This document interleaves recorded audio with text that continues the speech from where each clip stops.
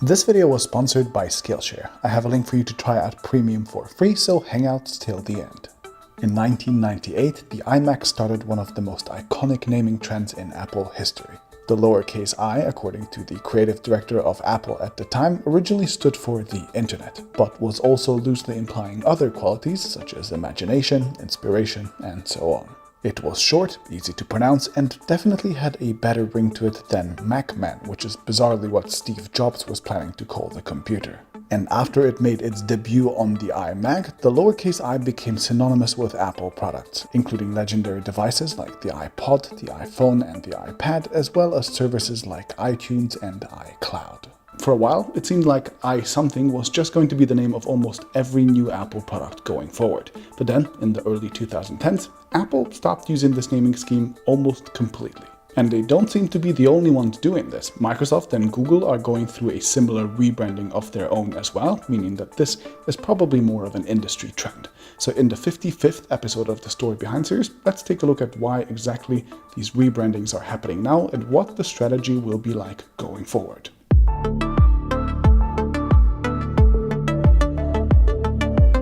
Real quick before we start, if you would like to see more in-depth analysis of tech companies, especially from a business perspective, consider subscribing to Tech Altar.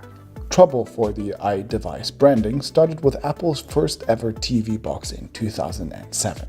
Instead of being called the iTV, which is what the public had expected, this device was named the Apple TV. It's clear that the abandoning of the i branding wasn't entirely voluntary at this stage though, as Steve Jobs repeatedly called the device the iTV during its launch event. The name was simply taken by the British television channel ITV, so Apple didn't have much of a choice but to find an alternative one. Starting in 2012 though, after the death of Steve Jobs, the abandoning of the i branding became a part of Apple's strategy rather than just an annoying necessity.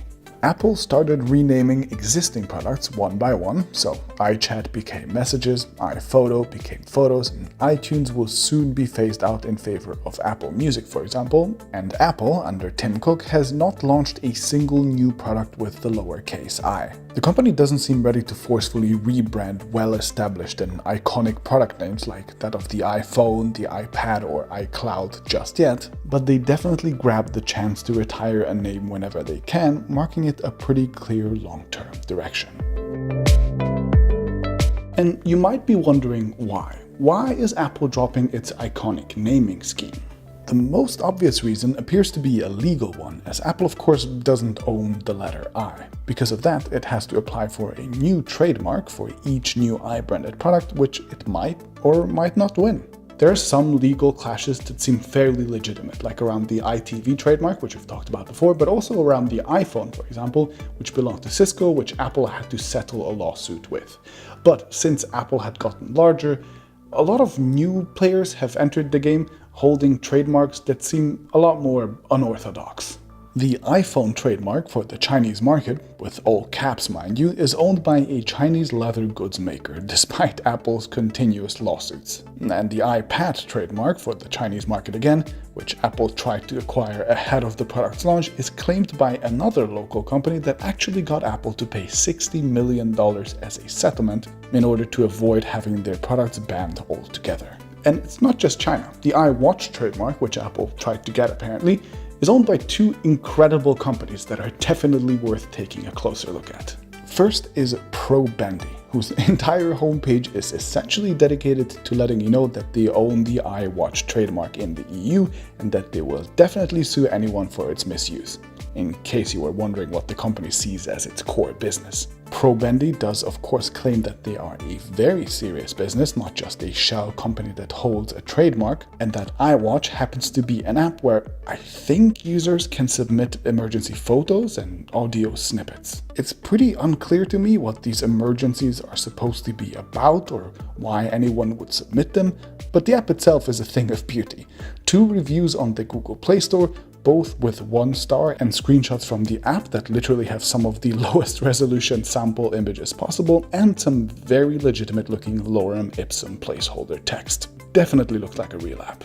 Another, slightly more legitimate looking trademark holder of the iWatch is OMG Electronics, who not only has a great name, but also at least puts some effort into having something that looks like a smartwatch. It never got past the Indiegogo stage, of course. In fact, their campaign failed pretty miserably, and the watch that they demoed seems to run the standard MediaTek smartwatch OS, meaning that it is probably off-the-shelf hardware that they were just planning to buy from China and rebrand as an iWatch, but at least they made a demo video for it, which isn't complete garbage, so I appreciate that. Either way, it's pretty clear to see that Apple, having a naming scheme that is predictable to pretty much everyone but isn't predictably trademarkable by Apple, is just going to keep causing them trademark disputes all over the world, either with companies that are legitimate or with ones that just want to extort a little bit of money out of them. Now, beyond just trademark disputes, there are of course other reasons to leave this branding scheme behind as well. To start with, the I, standing for Internet, has become a little meaningless, since by now pretty much everything is connected to the Internet anyway. On top of that, the I just feels a little dated in my opinion, and it also evokes a sort of gadget feel, which I think Apple is trying to move away from. Especially with the Apple Watch. I bet Apple wanted people to think of it primarily as a luxury lifestyle product and not as a gadget with a processor and antennas and whatnot. And as Apple is moving further into luxury and lifestyle territories, I think it wants people to think less and less about gadgety stuff, meaning that the I just doesn't convey the right message anymore. The final reason, in my opinion, is that Apple wants to focus more and more on its master brand, the Apple, rather than putting the emphasis on their sub-brands. Putting the master brand into the names of their products gets it an extra bit of exposure, and doing this is a pretty popular trend with other tech giants too.